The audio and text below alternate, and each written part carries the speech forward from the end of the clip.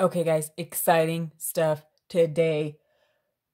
Graphing linear inequalities. I know it's exciting. I know it's probably like a Friday night, and you've probably got this on the big screen watching it with your friends, or not, you know. But I know you probably just like to watch my videos for fun. Okay, anyway.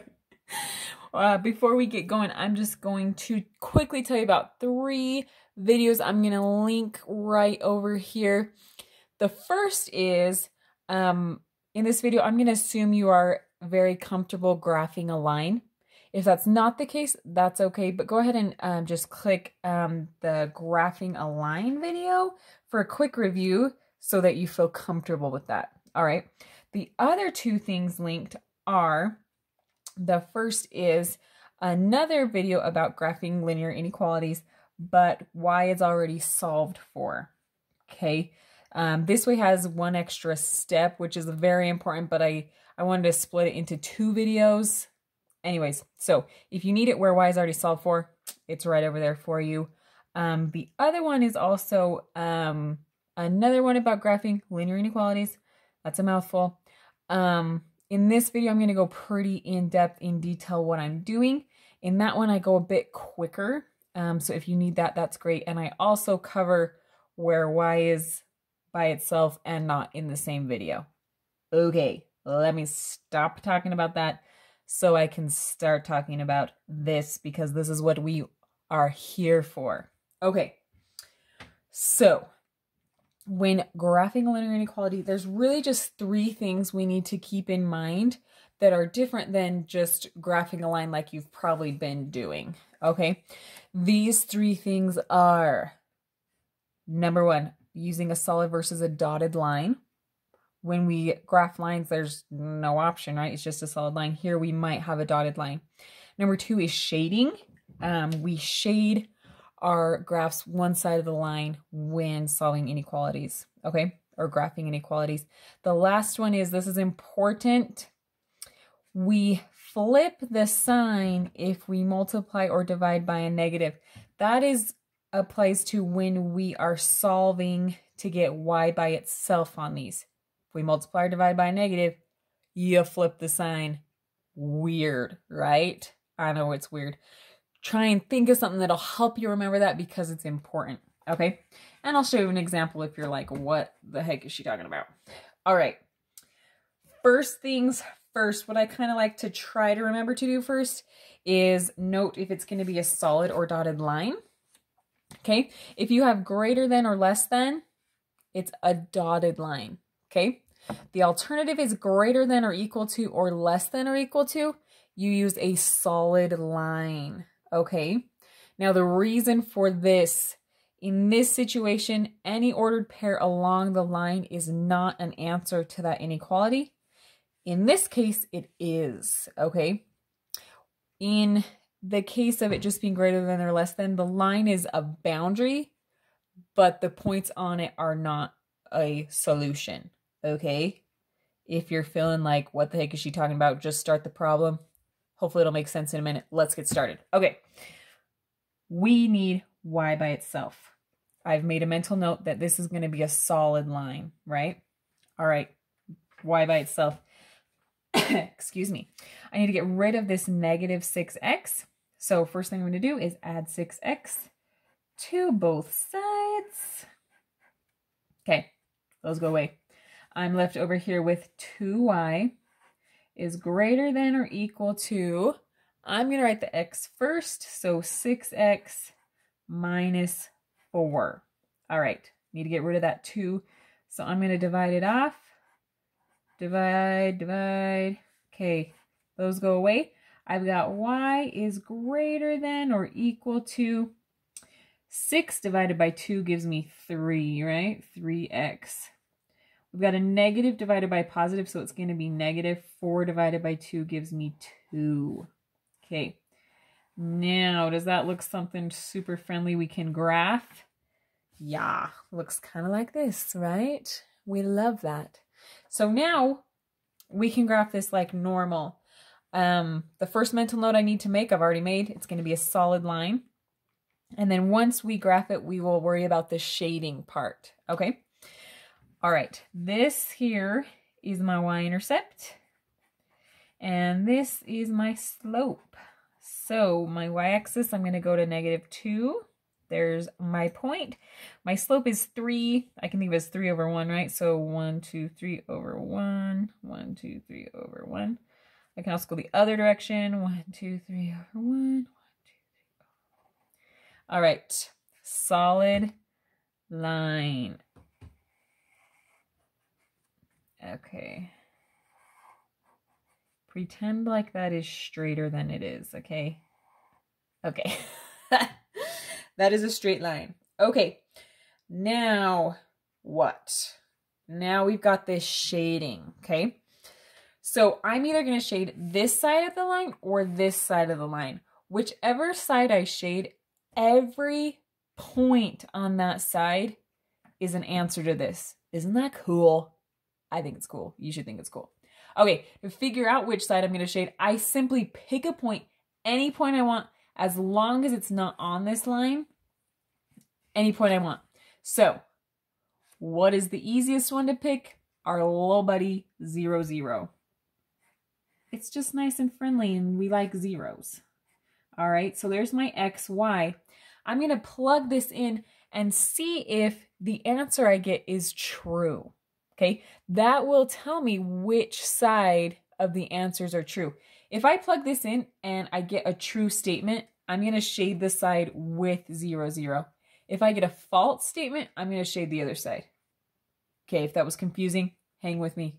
I'll show you. Okay, so I'm going to plug this in for x and y for this x and y here. So I'm going to have 0 is greater than or equal to 3 times 0 minus 2. Okay, anything times 0 is 0. So I'm left with 0 is greater than or equal to -2. Is 0 greater than or equal to -2? Yes. Okay, that's true. So 0, 0 is on this side. So any ordered pair over here is going to be an answer for this inequality. Okay, and remember, this goes on forever. Okay, so -2, 4 is an answer. This is really nice because if you are asked, hey, is 7 -9 an answer for this inequality? Instead of having to plug it in with nasty negatives and stuff, you just look on here, 7 -9. Oh, it's not shaded, so no, it is not. Okay, isn't that schnazzy? Is schnazzy still a word? I don't know. All right, let's do another example because I know I can hear you just begging for another one. Like, please do another one. Because guess what? We haven't addressed this yet. And this is important. So we're going to address that in this one, I bet. I just have a feeling. Okay. First thing I want to check, make a mental note of, is this. Am I going to have a solid or dotted line? It is less than, not equal to, so it's going to be a dotted line. I kind of like to make a little note because you don't know how many times I've drawn a solid line and then realized it needed to be dotted and gone in and like tried to erase, and it's just, oh, it bugs me. Anyway, doesn't mean I will remember, but it, you know, makes the chance maybe a little greater. Okay, y by itself is my goal here so that I can graph this. So I'm going to add 2x to both sides here. Takes that away. So then I'm left with -4y on this side is less than, I'm going to write my x first, 2x minus 12. Okay. Now I need to get rid of that -4, so I'm going to divide by -4, divide by -4, divide by -4. Okay, did you hear what I said? I said divide by -4. Alarm should be ringing in your head. We just divided by a negative. It doesn't have to sound like that. But what I like to do is circle this. When I multiply or divide by a negative, this sign flips. Isn't that weird? It's kind of weird, but it's mathematically true. So we flip that sign, okay? So now, those go away. I'm left with y here. I circle and draw that line just to help me remember. That's not like, you know, anything real mathematical. I don't know. I just do it. So flip it since I divided by negative. Then I've got 2x divided by negative 4. Okay.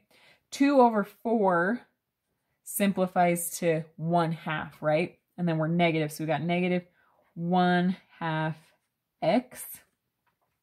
Then I've got negative 12 divided by negative 4. A negative divided by a negative gives me a positive.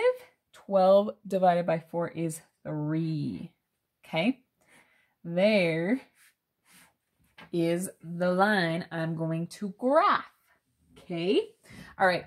Again, y-intercept, slope.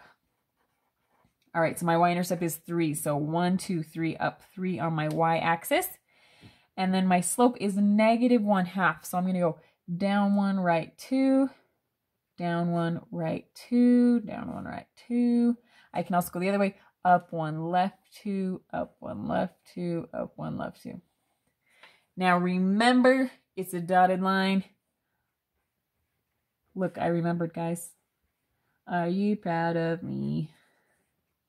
Dot, dot, dot, dot, dot, dot. All right, perfect. Now, all I need to do is figure out which side of this line is shaded, okay? Oh, look, I can use 0, 0. Perfect. This is my x and y. I'm going to plug it in here. You could plug it in here if you wanted to as well. Either way, I'm just going to plug it in here. So 0 is greater than negative 1/2 times 0 plus 3. Anything times 0 is 0. So then I've got 0 is greater than 3. Is 0 greater than 3? No, 0 is not greater than 3. So I'm going to shade the side that 0, 0 is not on. So that would be this side. Okay, feeling good? Isn't that pretty? It's just pretty, right? Okay, I am going to do one quick last thing that you might run into. One last thing you might run into. All right, you solved. You got y is less than negative 3/2 x. And you graphed this gorgeous dotted line. Why is it dotted? Because it's not equal to, right? Right. All right. Now, all that's left is to figure out which side to shade. Okay. Now, what we do is plug in a point. We did that the other two examples, but guess what? It's that horrible time when 0, 0 is taken. Ugh. All right, it's not too bad though. Like I've said on the other two, you can pick any point you want. You could pick 10, negative 9, but personally, I don't want to plug that into here. So pick a point that is easy, even though 0, 0 is the easiest. There's some other easy ones. 0, 1 is a nice, easy one. We still got a 0. 1's pretty friendly. So let's plug in 0, 1. If it's true, we shade this side. If it's not, we shade that side. Okay. This is my x and y. So I'm plugging in 1 is less than 3/2 times 0. Guess what? That's just 0. So 1 is less than 0. Is that true? No.